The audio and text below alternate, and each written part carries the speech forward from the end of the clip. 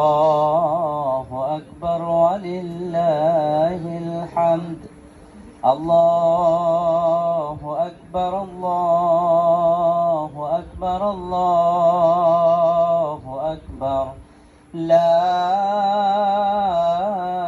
ইলাহা ইল্লাল্লাহু, আল্লাহু আকবার, আল্লাহু আকবার ওয়া লিল্লাহিল হামদ। আল্লাহু আকবার, আল্লাহু আকবার, আল্লাহু আকবার। লা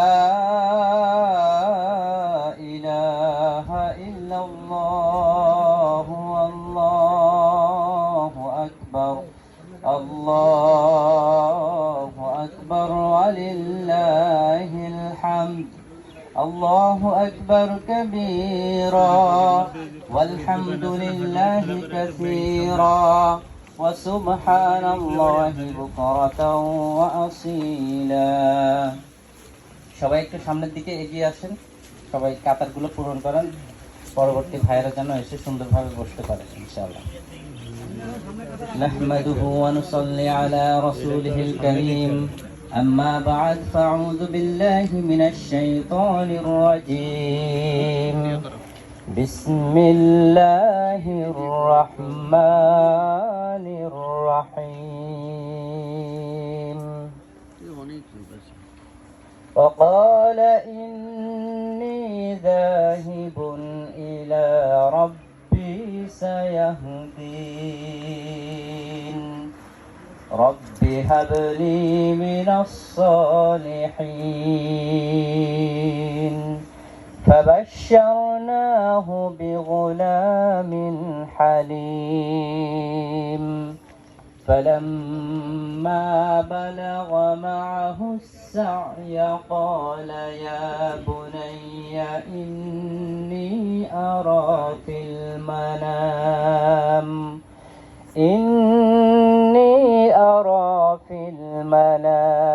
أني أذبحك فانظر ماذا ترى.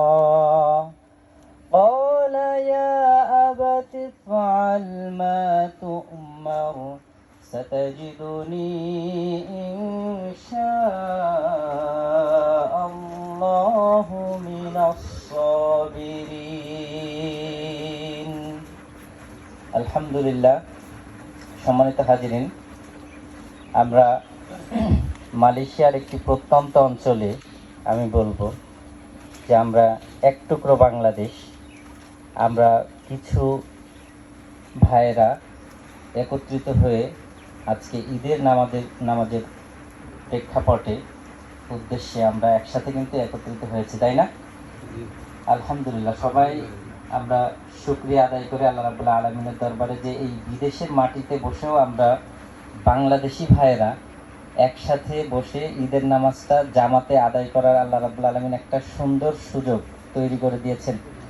এর পিছনে কিছু ভাইয়ের অনেক শ্রম যাচ্ছে, কিন্তু এই কিছু ভাইয়ের শ্রমের কারণে কিন্তু আমাদের সবার দেখেন কত সুন্দর একটা পরিবেশ, কিমা দিয়ে খুব সুন্দরভাবে, যেহেতু রোদেরও একটা সমস্যা আছে, সেখানে দেখেন আপনারা কত সুন্দর করে এখানে একটা একদম বাংলাদেশের মতো আমার কাছে এরকমই মনে হয়েছে। আমি যতবারই এখানে আসি আমার কাছে মনে হয় যেন আমি বাংলাদেশের কোনো একটা মানে জায়গাতে নামাজ পড়তে আসছি ভাইদের সাথে। তো আলহামদুলিল্লাহ, এই জন্য আমরা সবাই জোরে শুকরিয়া স্বরে বলি আলহামদুলিল্লাহ, আলহামদুলিল্লাহ, আলহামদুলিল্লাহ। আমাদের মানে পরিবেশটা কিন্তু অনেক বড় একটা ফ্যাক্ট।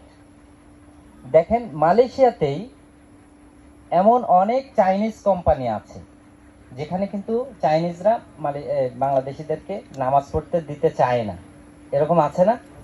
অনেক আছে। জহুর বারুর দিকে আছে, মোয়ারের দিকে আছে, তারপরে আপনার মালাক্কার দিকে আছে। আমি বিভিন্ন ভাইদের সাথে কথা হয়েছে, তখন সেই সুবাদে তাদের কাছ থেকে জানতে পেরেছি যে এরকম অনেক ফ্যাক্টরি আছে যেখানে চাইনিজরা নামাজ পড়তে এগ্রি করে না। মানে নামাজের জন্য সে ছুটি দিতে গেলে তার কষ্ট লাগে যে আমার এই না জানি এই লোকটা কাজ করতেছে না। তো এইটা আল্লাহর অনেক বড় একটা মেহেরবানি আপনাদের এখানে, এটা আমি জানি, মনে হয় চাইনিজ কোম্পানি, তাই না? চাইনিজ কোম্পানি হওয়া সত্ত্বেও তারা আপনাদেরকে কত ফ্যাসিলিটিস দিচ্ছে, এবং মানে ধর্মীয় বিষয়ে পালন করার জন্য কিন্তু তাদের কিন্তু আলাদা কোনো তারা বাইন্ডিং করেনি। বিদেশের বাড়িতে করলেও কিন্তু কিছু করার ছিল না আমাদের, তাই না? আমাদের কিছু করার ছিল? কোনো কিছু করার ছিল না। দেখেন, তারাও ধর্মীয়, যারা ধার্মিক, সে চাইনিজ হলেও সে কিন্তু তার ধর্মের হয়তো বা ধার্মিক লোক, যার কারণেই কিন্তু আরেকটা ধর্মের মানুষদেরকে সে ধর্ম পালন করার ক্ষেত্রে সে বাধা দিচ্ছে না বা দিবে না, কারণ সে নিজেও তার ধর্ম পালন করে, যার কারণে তার এই বুঝের জায়গাটা থেকেই সে কিন্তু দিচ্ছে। আবার অনেক চাইনিজ মালিকরা আছে যারা মানে তাদের অধীনস্থ বিভিন্ন যারা মুসলিম আছে তাদেরকে কিন্তু ধর্মীয় বিষয় পালন করতে দিতে চায় না, রাজি হয় না, যে তাদের কাজে ব্যাঘাত ঘটবে, বেশি ইনকামের ধান্দা। তো আলহামদুলিল্লাহ যে আমাদের এখানে অনেক সুন্দর একটা গ্রামীণ পরিবেশ, সুষ্ঠু পরিবেশ। আপনারা এখানে, আমি যতদূর জানি, আপনারা সবজি চাষ করেন, মাছ আছে, তারপরে মুরগির ইয়াও দেখলাম আসার সময়। তো মোটামুটি আলহামদুলিল্লাহ একদম মনে হইলো যে না, গ্রামীণ একটা পরিবেশ। আমরা একদম ভাইয়াগুলো গ্রামের দিকেই থাকে, সবাই স্বাচ্ছন্দ্যে তার কাজকর্ম করতেছে, আয় ইনকামও আলহামদুলিল্লাহ আছে, এবং পাশাপাশি তারা কিন্তু সব কিছু করার সুযোগ আছে, ইবাদত বন্দেগী করারও সুন্দর সুযোগ আছে। আপনাদের এখানে সূরাও আছে, আমি দেখেছি। তো আলহামদুলিল্লাহ, তো এই সব কিছু থাকার সুবাদেও আমরা কিন্তু অনেকেই নামাজের ক্ষেত্রে কিন্তু গাফেল হয়ে যায়। নামাজের ক্ষেত্রে কিন্তু আমরা অনেক বেশি অবহেলা করি, বিশেষ করে ফজরের রক্ত। কারণ ফজরের রক্ত আর ঈশার রক্ত, এই 2 ওয়াক্ত নামাজ যদি কেউ কন্টিনিউ করতে পারে, বাকি 3 ওয়াক্ত কিন্তু তার জন্য কোনো কঠিন কাজই না। কারণ বাকি 3 ওয়াক্ত নামাজ যে কেউ চাইলেই পড়তে পারে, কিন্তু চাইলেই ফজরের নামাজ এবং ঈশারের নামাজ পড়তে পারবে না, সে যদি নিজের থেকে আগ্রহ না করে। আমি যদি ঘুমাই থাকি, আমি যদি ঘুমের থেকে আমার যদি নিয়তি না থাকে যে আমি ফজরের নামাজ পড়বো, তাহলে কিন্তু আমি কখনোই ফজরের নামাজ পড়বো না। আর আমার যদি নিয়ত থাকে, আমি যদি অ্যালার্ম নাও দেই, তাও কিন্তু আল্লাহ রাব্বুল আলামিন আমাকে ঠিক আজানের আগে বা আজানের মুহূর্তে একবার জাগাই দিবে। আপনারা একটু নিয়ত করে দেখবেন, সবাই এই জিনিসটা প্র্যাকটিক্যালি করবেন। যদি এই কথাটা মিথ্যা হয় তখন বলবেন। আপনারা যদি রাতে ঘুমানোর সময় কোনো মানুষ নিয়ত করে ঘুমায় যে আমি ফজরের নামাজে উঠব, ফজরের নামাজ পড়ার জন্য আমাকে আল্লাহ তুমি জাগিয়ে দিও, এতটুকু নিয়ত করলেই হবে। ফজরের আগে বা আজানের সময় দেখবেন একবার না একবার আপনার ঘুম ভাঙছে, এবং ওই ভাঙাটাতেই আপনার উঠে যেতে হবে, তা না হলে কিন্তু আবার শয়তানে বাতাস দিবে। এই জন্য আমি সবার প্রতি আশা রাখবো যে আপনারা এখানে দেখেন আপনাদের কত অপরচুনিটি, কোনো সমস্যা নেই, কিন্তু এখানে কাজের ব্যবস্থা আছে, আপনারা সুন্দরভাবে থাকতেছেন, খাচ্ছেন, স্বাচ্ছন্দ্যে আছেন, কিন্তু শুধু নামাজটা একটু কন্টিনিউ করবেন। নামাজটা কন্টিনিউ করলে এটা যে আমার লাভ, বিষয়টা এরকম না। যে কন্টিনিউ করবে তার জন্যই লাভ, এবং তার জীবনের জন্যই লাভ, তার আখিরাতের জন্যও লাভ। তো এই জন্য আমাদের নিজেদের কামাই কিন্তু নিজেদেরই করতে হবে। আমি ফ্যামিলির জন্য আয় ইনকাম করতেছি, আমার মাথার ঘাম পায়ে ফেলে আমি আয় ইনকাম করতেছি, পরিবারের মানুষদেরকে মাস শেষে কিন্তু আমি নিজের জন্য হয়তোবা 200-400-500 রিঙ্গিত, 300 রিঙ্গিত, 400 রিঙ্গিত আমি হয়তোবা নিজের জন্য ইনভেস্ট করতেছি, আর বাকিটা কিন্তু আমি দেশে খুব দ্রুত, মানে মাস শেষে বেতন পাওয়ার সাথে সাথেই কিন্তু আমরা পাঠাই দেই, তাই না? তা কাদের আশায় পাঠাই আমরা? পরিবার একটু ভালো থাকবে, প্রত্যেকেই এখানে পরিবারের দায়িত্বশীল আমরা। তো এই যে আমাদের একটা সিনসিয়ারিটি, তাহলে আমরা পরিবারকে ভালো রাখার জন্য আমরা কত কিছুই না করতেছি। ইভেন আমার যখন কাজ চলে যাচ্ছে, বা আমি যখন ওটি ঠিক মতো করতে পারছি না, আমার ভিতরে কিন্তু একটা পেরেশানি আসতেছে না? সবার ভিতরে কিন্তু একটা পেরেশানি কাজ করে যে আমার কাজের সমস্যা, আমার এখন টাকার ইনকামটাও কমে গেছে, আমি দেশে, তাদের জন্য আমরা চিন্তা করি, ফ্যামিলির জন্য কিন্তু অনলি। আপনি নিজের জন্য চিন্তা করতেছেন না, ফ্যামিলির জন্য, যে আমার ফ্যামিলি এখন কিভাবে চলবে, আমার তো অনেক খরচ বরচ আছে, আমার আব্বু আম্মুকে দেখতে হয়, আমার ফ্যামিলি দেখতে হয়, আমার ছেলে মেয়ে আছে তাদেরকে দেখতে হয়। তো সব মিলিয়ে আমরা কিন্তু তাদের চিন্তা অনেক বেশি করি, দিনের অনেক সময়টাই কিন্তু আমরা ফ্যামিলি নিয়ে চিন্তা করি বা তাদের সাথে করি। কিন্তু আমরা নিজেদের জন্য কি করছি? নিজেদের পাথেয় হিসেবে আজ যদি আমি চোখ বুঝি, কালকে কিন্তু আমার দ্বিতীয় দিন হয়ে যাবে চলে যাওয়ার, তাই না? তো তখন আপনার সম্পদ থাকলেও সেই সম্পদটা কিন্তু আপনার ওয়ারিশরা পাবে, আপনি পাবেন না বা আমরা পাবো না। যে মারা যাবে তার ওয়ারিশরা তার সম্পদটা পাবে।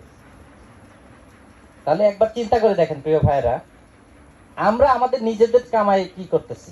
আমরা সব কিন্তু আমরা আমাদের ফ্যামিলির জন্য বা অন্যের জন্য করতেছি। আমি আমার জন্য কতটুকু পাথেয় তৈরি করলাম? আমি যদি আজকে মারা যাই, আমার কবরের সওয়াল জবাব কি আরেকজনে এসে দিবে? দিবে না। আমি যদি একটা নেককার সন্তান রেখে যেতে পারি, সে সর্বোচ্চ দোয়া করতে পারে এবং সেই দোয়াটা কিন্তু কারেন্টের মতো বাবার বা মায়ের কবরে কিন্তু সেটা পৌঁছায়। কিন্তু নেককার সন্তান যদি আমরা না রেখে যেতে পারি, তাহলে আমরা কি করব? আমাদের কি কামাই আছে? আবার আমি নামাজ কালাম ঠিক মতো পড়ি না, তাহলে আমার কি হবে? আমার যে কবরের আযাব, এখান থেকে আমাকে কি কেউ বাঁচাতে পারবে? পারবে না। তাহলে একবার একটু চোখ বুজে রাতে চিন্তা করে দেখবেন শুয়ে শুয়ে, যে আমি কে, হু আই অ্যাম, আমি কি জন্য আসছি দুনিয়াতে। আমাদেরকে তো আল্লাহ রাব্বুল আলামিন পাঠিয়েছেন কি জন্য? ওমা খলাকতুল জিন্না ওয়াল ইনসা ইল্লা লিয়াবুদুন। আমি মানুষদেরকে সৃষ্টি করেছি কি? একমাত্র আমার ইবাদত বন্দেগী করার জন্য। তো ইবাদত বন্দেগী করার জন্য শুধু এইটার মানে এই না যে আমরা সারাদিন বসে বসে নামাজ পড়বো আর রোজা রাখবো, এরকম না। এর ভিতরেই দুনিয়াতে চলার জন্য কিন্তু আমাদের কর্ম দরকার আছে। দুনিয়ার জীবনে আমাদের সুন্দরভাবে চলতে গেলে প্রত্যেকের একটা আয়ের মাধ্যম থাকতে হবে, এবং সেটা যেন হয় হালাল। হারাম পয়সা কিন্তু কখনো সুখ দেয় না। হারাম হয়তোবা ক্ষণিকের আনন্দ দিবে, যে আমি অনেক একটা কোয়ান্টিটি দেখাবে যে আমি অনেক টাকা একসাথে আমার কাছে আছে বা আমার অ্যাকাউন্টে আছে, কিন্তু একটা দিন শেষে দেখবেন যে এই হারাম জিনিসটা আপনার কাছে যে কোনোভাবেই থাকবে না, চলে যাবে। হয়তোবা আপনি অসুস্থ হয়ে যাবেন, না হয় আপনার এমন কেউ, আপনার ছেলে একটা বড় ব্যাধিতে আক্রান্ত হলো, সেখানে কিন্তু আপনার অনেক টাকা খরচ হয়ে যাবে। তো এই যে হারাম ইনকামগুলো কিভাবে চলে যায়, আমি জাস্ট একটা উদাহরণ দিচ্ছি, যে হারাম কামাই করলে সেটা সাময়িকের জন্য হয়তোবা ভালো লাগবে, কিন্তু এটা লং লাস্টিং এর জন্য ভালো না। এবং হারাম কামাই করা মানে কি? আমার রক্তের ভিতরে হারাম ঢুকে যাবে। আমি হারাম খাচ্ছি মানে কি? আমার রক্ত হারাম হয়ে যাচ্ছে।